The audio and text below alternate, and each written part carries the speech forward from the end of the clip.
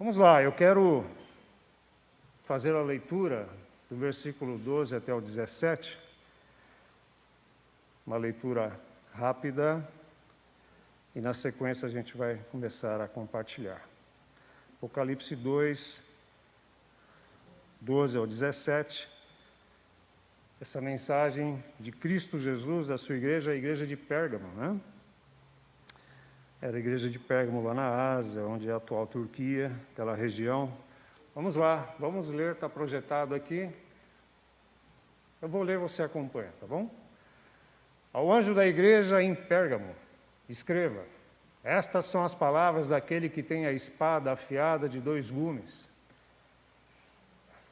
Sei onde você vive, onde está o trono de Satanás. Contudo, você permanece fiel ao meu nome e não renunciou à sua fé em mim, nem mesmo quando Antipas, minha fiel testemunha, foi morto nessa cidade, onde Satanás habita.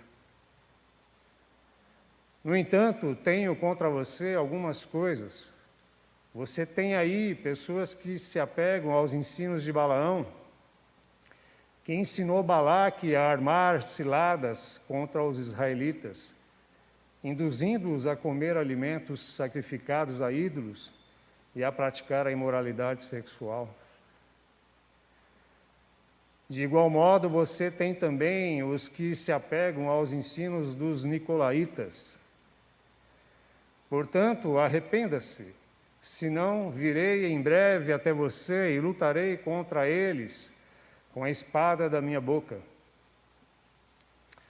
Aquele que tem ouvidos, ouça o que o Espírito diz às igrejas. Ao vencedor darei do maná escondido. Também lhe darei uma pedra branca com um novo nome nela inscrito, conhecido apenas por aquele que o recebe. Amém? Bom, nós já compartilhamos aqui a palavra de Deus em outra oportunidade.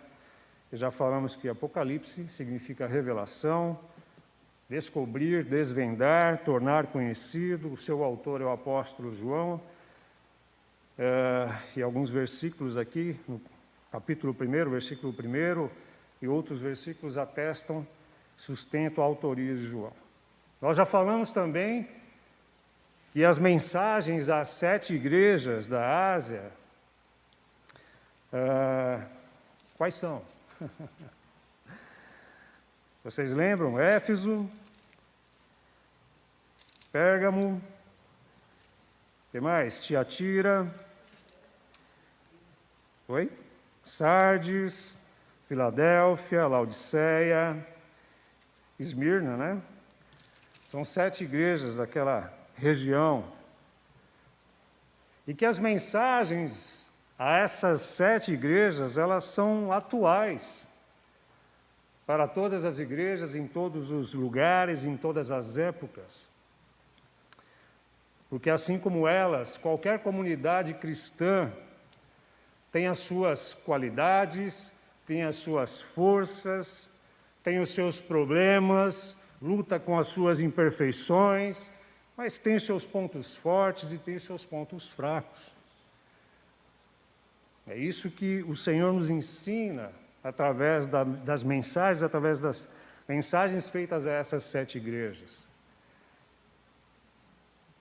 E a igreja de Pérgamo, onde a gente vai compartilhar a palavra de Deus, nós vamos ver isso também. Suas qualidades, os seus pontos fortes, mas também os seus pontos fracos, onde ela precisava vigiar e onde nós precisamos vigiar. Não é? E o ponto central da mensagem de Cristo à igreja de Pérgamo é que ela estava permitindo que o sistema de valores do mundo, o mundanismo, ela estava permitindo que isso estivesse entrando dentro dela. E assim ela estava perdendo o senso da verdade, discernir verdade de engano. E Jesus se apresenta como aquele que tem aquela espada afiada de 2 gumes, e a espada afiada de 2 gumes que sai da sua boca significa toda a sua autoridade, significa que com a sua palavra, por meio da sua palavra, ele exerce juízo, e que ele separa, através da sua palavra, a verdade da mentira, do engano. E isso ele já diz no versículo 12. No versículo 12 ele já diz exatamente isso. Escreva esta carta ao anjo da igreja em Pérgamo, esta é a mensagem daquele que tem a espada afiada dos dois lados. Versículo 13. Conheço o lugar onde você vive, a cidade onde está o trono de Satanás. Cristo Jesus sonda a igreja, sonda a sua igreja e revela os perigos que a cercam. Cristo ele dá o diagnóstico, ele sonda. Ele anda no meio da sua igreja e ele faz uma revelação e um alerta, versículo 13. Vamos falar só um pouquinho, de forma muito breve, sobre Pérgamo. Em grego significa cidadela, fortaleza. Era uma cidade de um passado muito glorioso. Ela foi a primeira capital romana lá na Ásia, por quase 400 anos. Ela teve a segunda maior biblioteca da época, só perdendo para Alexandria, que era a principal. O relato histórico, isso eu colhi através de algumas literaturas cristãs, é que a biblioteca de Pérgamo possuía cerca de 200.000 pergaminhos escritos. Quanto conhecimento gerado nessa cidade, conhecimento filosófico, cultural, enfim. Era uma cidade geradora de conhecimento. cerca de 200.000 pergaminhos escritos, né? E Pérgamo deriva-se da palavra pergaminho. Aliás, pergaminhos deriva-se da cidade de Pérgamo, pela quantidade que eles tinham de literatura.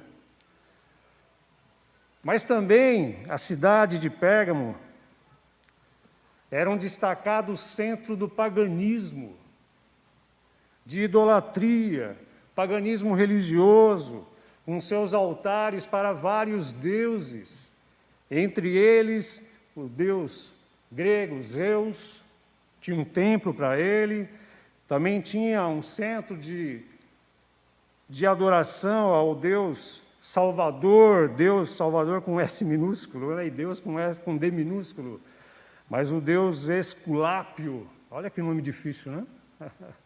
Dá trabalho até de falar. O Deus Serpente, o Deus da cura, ele era idolatrado também na cidade de Pérgamo. Não sei se vocês já viram aquela haste com aquele símbolo com a serpente. Já viram isso? Um emblema da medicina, né? Alguns estimam que ele deriva justamente lá daquela região, dessa cultura. Essas crenças e a medicina se misturavam na cidade de Pérgamo. Então, é uma cidade pujante, cheia de literatura, de conhecimento, também mergulhada no paganismo, no misticismo. E, além disso, ainda como se não bastasse, tinha também o culto ao imperador, tidos também como deuses na época. Augusto era tido como Deus, César, aquela citação de César é o Senhor, eles eram tidos como deuses, eles exigiam veneração, adoração. Há relatos históricos que dizem que uma vez por ano as pessoas iam até o templo de César para acender incensos e fazer essa declaração de que César é o Senhor. Haviam vários templos religiosos naquela cidade. Por isso que o Senhor Jesus disse que o trono de Satanás, onde ele habita e governa, estava lá. No meio de toda essa mistura, política, misticismo, cultura, filosofia, E o anticristo trabalhando em várias frentes para criar confusão na mente das pessoas e apagar Deus da memória das pessoas. O culto verdadeiro ao único Deus, o culto verdadeiro ao Senhor Jesus. Queridos, e esse trono que o Senhor diz que estava naquela cidade, não se refere apenas a um trono físico, num templo, num prédio, num lugar físico, numa situação geográfica, não. Mas se refere ao sistema de valores dessa cidade, onde tinha essa miscelânea toda, esse conjunto de valores e sistemas marcados pela pressão, pela sedução, pelo engano. E ali no meio de tudo isso, havia uma comunidade cristã, havia a igreja de Pérgamo, no meio de tudo isso. E Jesus faz um alerta, ele identifica um problema, identifica que o mundanismo está rondando a igreja, e ele faz esse alerta. E o Senhor Jesus continua alertando a sua igreja nos dias de hoje. Quando a gente identifica, a palavra de Deus mostra essa situação toda, isso não há novidade nenhuma para nós, não há nenhuma surpresa para nós hoje. Há muita semelhança. E o Senhor Jesus continua nos alertando, alertando a sua igreja amada em relação a esses perigos que rondam a sua igreja, no mundo inteiro.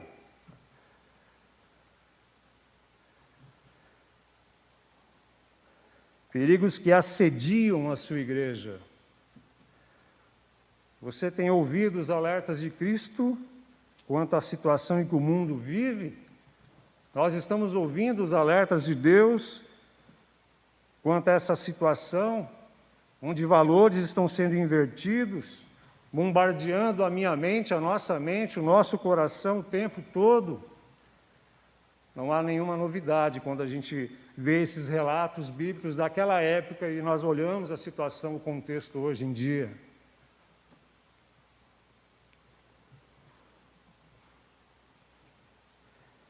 Mas ainda no versículo 13, Jesus identifica uma qualidade desta igreja. Ele diz assim: ainda assim, apesar de tudo, você permanece leal ao meu nome. Recusou-se a negar a sua fé em mim, até mesmo quando Antipas, minha testemunha fiel, foi morto. Onde vocês vivem, o lugar da habitação de Satanás. Onde Satanás age através dessas várias frentes que nós falamos aqui. Jesus vê a lealdade da sua igreja, a igreja de Pérgamo. Jesus identifica e ressalta o compromisso, o alto compromisso que ela tem com Ele. Mesmo num ambiente hostil à fé cristã. Que exemplo, né? Essa qualidade desta igreja para nós, para todas as igrejas, para todos os cristãos, lealdade, compromisso com o Senhor, mesmo a despeito das perseguições, das pressões, das mentiras. Eles só professavam, só declaravam que Jesus é o Senhor, que Jesus Cristo é o Senhor, não César, não Augusto, Cristo é o Senhor. Mesmo diante da perseguição e da pressão religiosa, mesmo isso acontecendo não os intimidou. E Jesus cita aqui o nome de Antipas, que muito provavelmente foi um pastor dessa igreja de Pérgamo. E Tertuliano, um dos primeiros pais da igreja, ele fala que esse pastor, bispo, líder desta igreja, ele teve uma morte horrível por professar a fé, a sua fé em Cristo Jesus naquela cidade. Segundo o relato de Tertuliano, eu estava lendo, relato histórico, esse homem foi colocado dentro de um caldeirão grande, Uns dizem que ele foi colocado dentro de um bezerro de bronze, que era uma prática idólatra muito comum naquela época. Foi colocado lá dentro, foi lançado no fogo, e ali ele morreu sufocado e queimado lentamente. Que morte trágica! Mas Jesus fala assim, mesmo diante dessa perseguição ferrenha, dessa morte trágica, vocês se mantêm fiéis a mim, ao meu nome, não negam o meu nome. Que exemplo para nós. Mas vamos lá. Versículo 14 até o 15. Apesar disso, Cristo identifica que a sua igreja, a igreja de Pérgamo, essa comunidade cristã, ela começa a abaixar a guarda, ela começa a ceder às seduções, às tentações, começa a se enfraquecer na área moral.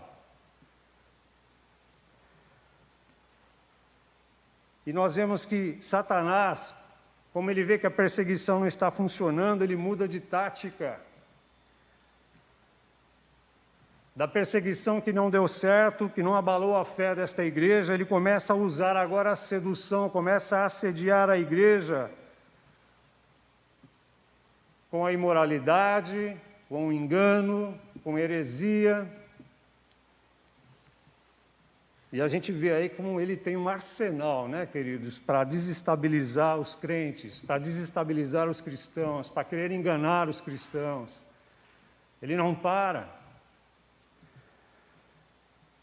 E Cristo Jesus revela esses pontos fracos que a igreja precisa vigiar, precisa trabalhar, precisa estar atenta.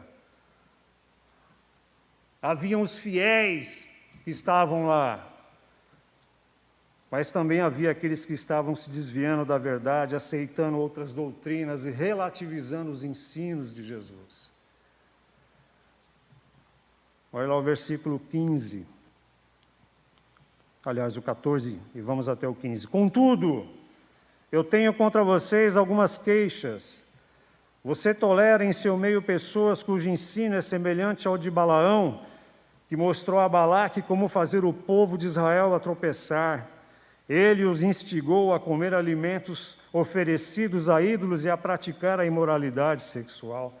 Eu paro aqui, depois no 15 ele vai falar da seita dos nicolaítas também, que penetraram dentro da igreja. Queridos, mas antes da gente falar sobre isso, falar sobre que ensino é esse de Balaão e Balaque, a gente precisa dar um pulinho lá no Antigo Testamento de forma muito panorâmica, rápida, para entender isso, né? Por que Balaão é citado aqui, né? Mas vamos lá. Essa figura, esse personagem é conhecido? Balaão? É, né? A gente lembra de quem lá, daquela passagem de Balaão? Da mula, da jumenta, né?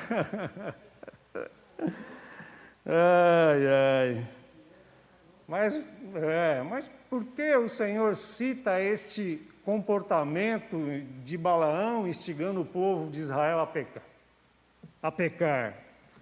E essa passagem está lá em Números, no livro de Números, capítulo 22 até o capítulo 25. A gente não vai entrar lá, a gente não vai, mas depois você dá uma passeada em Números 22 e 25, que vai ter todo esse contexto acerca do relato de Balaão. Mas é o seguinte, nessa passagem de Números 22 a 25, o povo de Israel estava se preparando para entrar e conquistar Canaã. E eles estavam acampados na cidade de Moabe, antes de entrarem para dominar e conquistar a cidade de Canaã. E Balaque, o rei de Moabe, ele fica sabendo disso e ele vai querer impedir Israel de fazer isso. Ele é tomado de temor e preocupação por saber que Deus estava com Israel, abençoando, capacitando o povo rumo a Canaã, e ele trama impedir, criar uma situação para impedir Israel de passar pela sua cidade para poder tomar Canaã. E aí ele contrata Balaão para trazer profecias que amaldiçoassem o povo de Israel e colocasse medo no povo de Israel. E Balaão era um tipo de profeta pagão, mercenário, que vendia os seus serviços de adivinhação por dinheiro. Era um mercenário, visava dinheiro. Mas nada deu certo. Na passagem de 22 a 25 diz que não dava certo, porque quando ele ia fazer isso, o Senhor intervia. E Balaão não conseguia amaldiçoar Israel. Não conseguia colaborar com Balaque nesse seu plano. Mas Balaão deu um conselho para Balaque, e esse conselho causou estragos no meio do povo de Deus. Que foi a armadilha da sedução, da imoralidade, do mundanismo. E lá no capítulo 25, versículo 1 até o 3, nós temos o relato de que, já que eles não conseguiram desestabilizar o povo, através do seu grande exército, através de maldições, não conseguiram desestabilizar, o que ele fez? Ele mandou mulheres moabitas entrarem no arraial de Israel, entre o povo de Israel, e essas mulheres tiveram relações sexuais com os homens de Israel, e os levaram a praticar idolatria, a adorar os deuses daquela região, o deus Baal, o deus da fertilidade.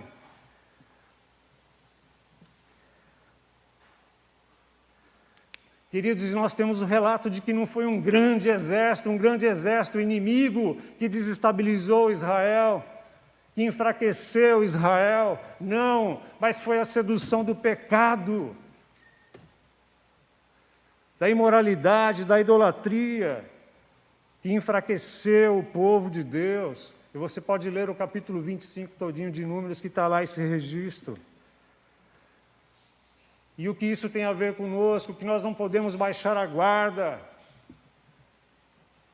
não podemos ceder a essas tentações, aos banquetes que o sistema, que o mundo oferece.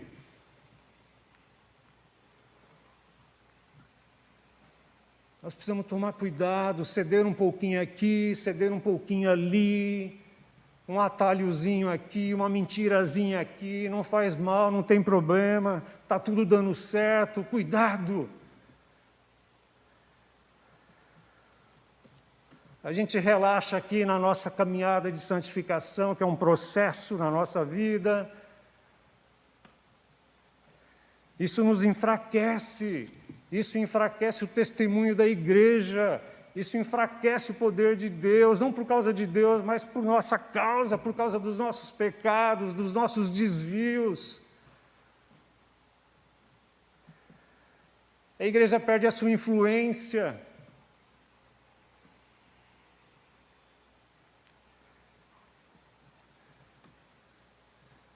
A igreja precisa estar aberta a todos, mas não a tudo. Precisamos ter filtro. E o filtro é a palavra de Deus, é a verdade. Mas hoje nós estamos num mundo, numa sociedade que já não tem verdade, aliás, tem várias verdades. Mas eu creio que um dia a verdade será colocada à prova. Todas as verdades, pseudo-verdades serão colocadas à prova, e eu quero ver qual vai permanecer.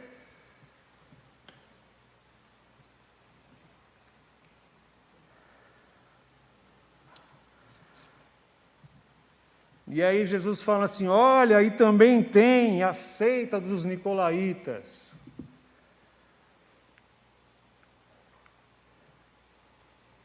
De igual modo, versículo 15, há entre vocês alguns que seguem o ensino dos nicolaítas, versículo 15. E quem são esses nicolaítas? É uma seita. E muito provavelmente o seu fundador é Nicolau. Segundo alguns relatos de alguns estudiosos da Bíblia, ele era um líder da igreja de Antioquia que se desviou.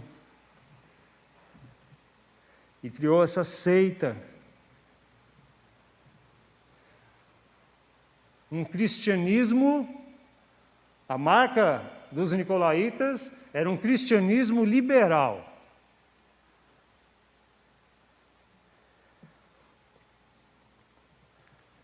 Mais ou menos assim, estamos debaixo da graça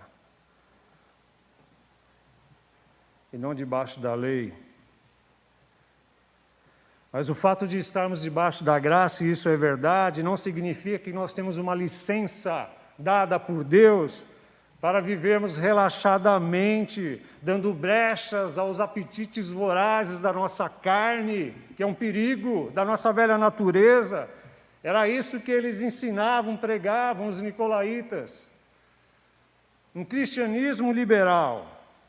E Jesus fala, olha, além das heresias de Balaão, da sedução, da imoralidade, agora tem também esses ensinos, falsos ensinos, essas heresias dos nicolaítas.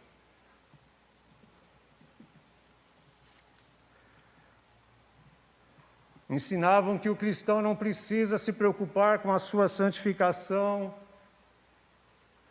com a renúncia do seu ego, do seu eu muitas vezes descontrolado, que não precisa ser diferente, não. Imagina, isso é coisa do passado. Você já está salvo em Cristo Jesus, isso é verdade.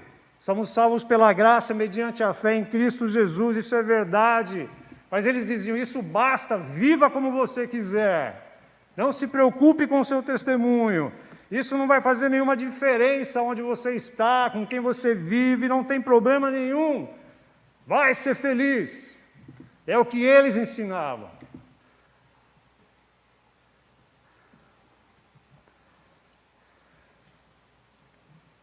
Mas o parâmetro para a nossa vida espiritual, para a nossa caminhada com Jesus, não é a cultura, não são as filosofias, é o que Jesus diz em sua palavra. E o que ele fala sobre a seita dos nicolaítas?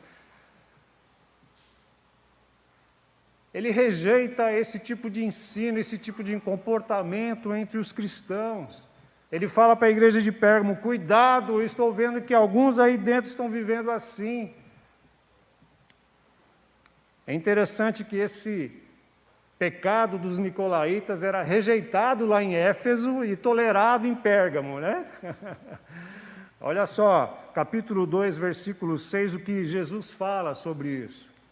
E qual é a atitude que ele fala para a igreja ter? Vamos lá, capítulo 2, que aí é a mensagem à igreja de Éfeso, né? Capítulo 2, versículo 6.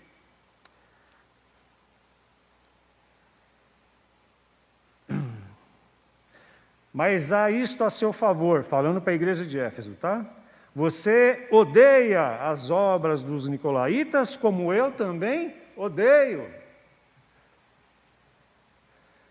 E que Jesus diz para nós também, não sejam flexíveis, não baixem a guarda, não cedam, não sejam levados por essa sedução de ensinos liberais. Rejeitem isso, odeiem isso porque eu odeio, porque isso é perigoso para vocês, Jesus está dizendo. Pode levá-los a se desviar.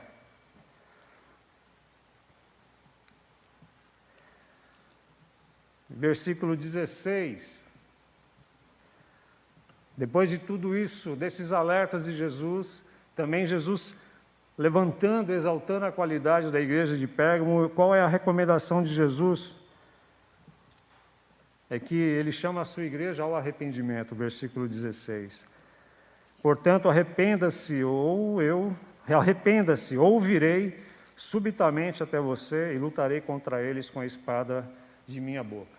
Eu estou lendo aqui na NVT, desculpa. Mas, portanto, arrependa-se, senão virei em breve até você e lutarei contra eles. Eles quem? Esses que estão infiltrados, que estão vivendo assim, com a espada que sai da minha boca. Os cristãos foram chamados, aqueles que estavam praticando, aceitando tudo isso, vivendo assim, foram chamados ao arrependimento lá em Pérgamo. todos eles, uns por práticas, outros por omissão, outros por tolerância. Era esse o clima lá dentro da igreja de Pérgamo. E ele diz que aos que deliberadamente, conscientemente, por vontade própria, se recusam a aceitar as suas palavras e continuam nessas mesmas práticas, ele os tratará conforme as suas obras, pois rejeitam a verdade. Eu quero pedir para o Fê colocar. O Fê, coloca para nós lá João 12, 47, 48. João 12, 47, 48. Jesus falando para as pessoas que estavam ouvindo ele nesse contexto: se alguém ouve as minhas palavras e não lhes obedece, eu não o julgo, pois não vim para julgar o mundo, mas sim para salvá-lo. Há um juiz para quem me rejeita e não aceita as minhas palavras. Quem é? A própria palavra que eu proferi o condenará no último dia.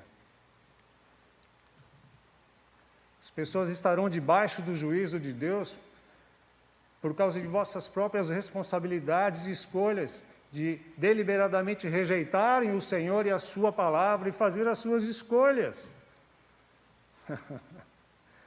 Jesus traz o alerta, ressalta qualidades das igrejas, da igreja e das igrejas, convida o povo ao arrependimento, nos convida ao arrependimento. Ele fala agora, a recusa deliberada, consciente, a rejeição a minha palavra trará para si condenação, porque recusaram, não aceitaram a palavra da verdade. Mas é sempre o clamor, sempre o apelo do Senhor Jesus ao arrependimento. Isso é maravilhoso para todos nós. Deus, com a sua graça e misericórdia, estendendo o seu perdão, como nós cantamos aqui: Senhor Jesus, preciso de Ti, preciso do Teu perdão. Louvado seja Deus, e a Bíblia diz que Deus não rejeita um coração quebrantado, não. Antes Ele recebe, Ele aceita o clamor. Um novo recomeço. O Senhor Jesus continua o mesmo, gracioso, misericordioso. E o versículo 17, para encerrarmos.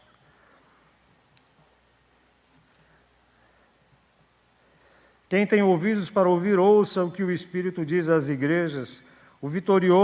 Ao vitorioso darei o maná escondido, também lhe darei uma pedra branca, e nela estará gravado um nome novo, que ninguém conhece, a não ser aquele que o recebe.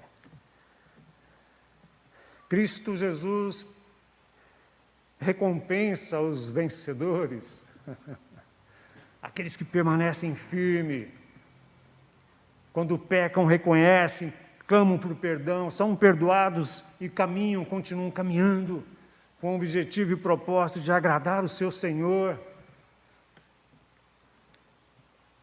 Jesus Cristo diz que suas palavras são dignas de confiança. Aquele que tem ouvido para ouvir, ouça o que o Espírito diz às igrejas. As suas palavras são dignas de confiança, de serem levadas a sério. E que os vencedores, você e eu, nós, em Cristo Jesus, desfrutaremos de bênçãos sem fim. Olha lá, o Senhor fala de um maná escondido. Eu confesso a vocês que esse finalzinho foi... Eu precisei da ajuda dos universitários. Precisei consultar alguns comentários, vários deles, para poder entender o que é esse maná entendido, pelo menos chegar ao entendimento, um consenso, junto com a maioria dos estudiosos da Bíblia que eu li, o que é esse maná escondido, essa pedra branca, e esse novo nome, né? Mas não fui eu que descobri, eu concordo com a maioria deles. esses escritores, esses estudiosos da Bíblia, eu concordo com eles. Esse maná escondido. O maná era o alimento vindo do céu para o povo de Israel. Isso está registrado lá em Êxodo, capítulo 16, 15. Êxodo 16, 15.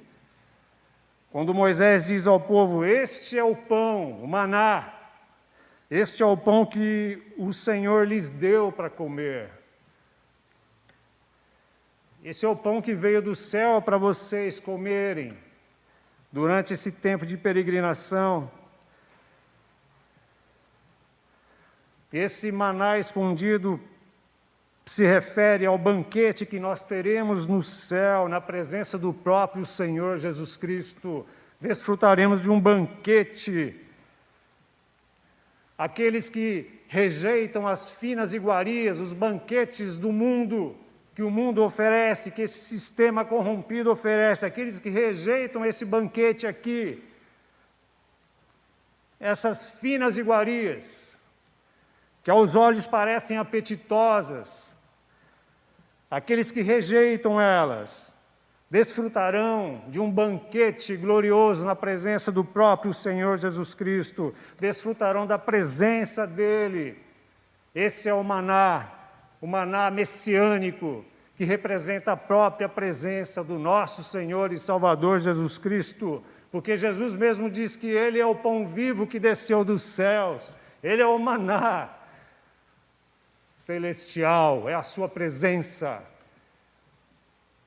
E ele disse isso várias vezes lá no Evangelho de João, no capítulo 6.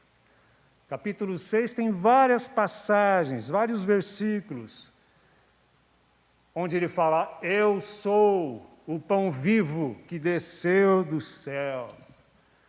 Aquele que comer de mim jamais terá fome, fome espiritual. Mas e agora essa pedra branca? Eu confesso que essa pedra foi uma pedra no meu caminho, viu, para terminar. No mesmo contexto desse banquete que teremos com Cristo, que é a sua própria presença, essa pedra branca, era, naquele contexto da época, era muito usada como um tipo de bilhete, de convite de entrada para uma festa. Essa pedrinha branca é como um convite para uma festa, convite de casamento, né? A gente recebe o convitinho para poder ir lá e entrar. Essa pedrinha significa isso, um tipo de bilhete, de convite, que habilitava a pessoa a entrar para uma festa. E qual é a festa que nós vamos participar com Cristo? É a festa das bodas do Cordeiro. Estaremos celebrando, festejando com o nosso Senhor e Salvador. Isso significa aceitação e vitória em Cristo Jesus que nós temos. Celebraremos com alegria, não por causa dos banquetes que o sistema, que o mundo nos dá, que gera uma alegria passageira, uma falsa alegria, uma falsa sensação de alegria, mas é a alegria permanente e constante da presença do nosso Senhor e Salvador Jesus.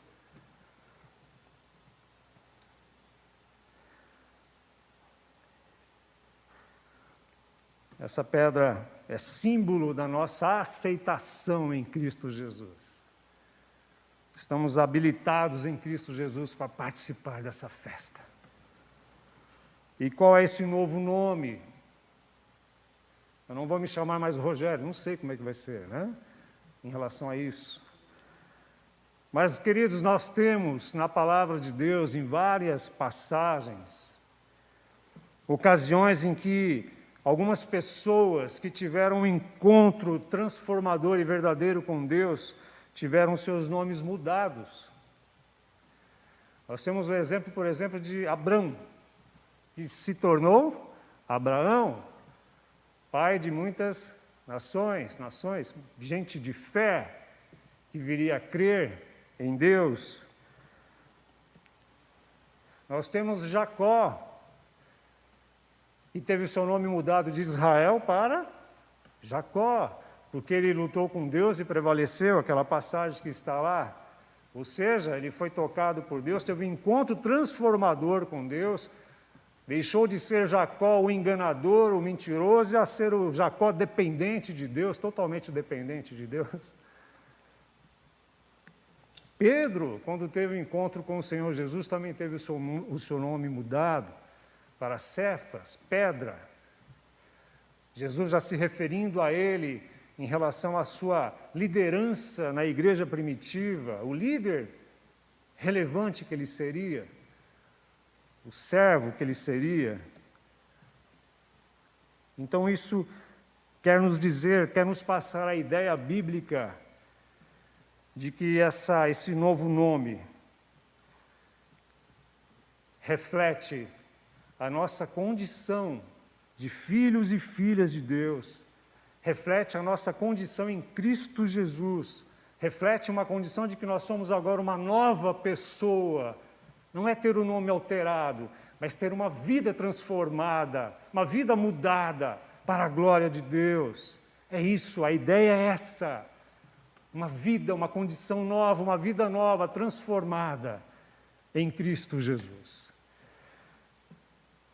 Uma nova pessoa em Cristo Jesus. Queridos, termino aqui, encerro aqui esse compartilhar, essa mensagem de hoje.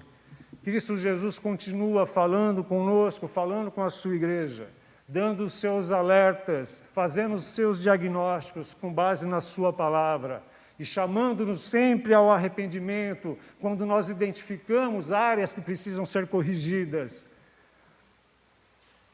E Cristo Jesus diz que nós nele somos vitoriosos.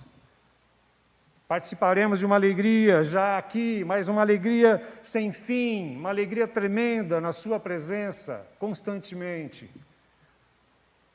Jesus nos chama a atenção, mas nos presenteia com a sua presença maravilhosa, com o seu agir em nossas vidas. E que assim seja, que o Senhor continue sempre falando conosco dessa maneira, porque Ele disciplina aqueles a quem Ele ama. Ele ama você, Ele nos ama. Amém?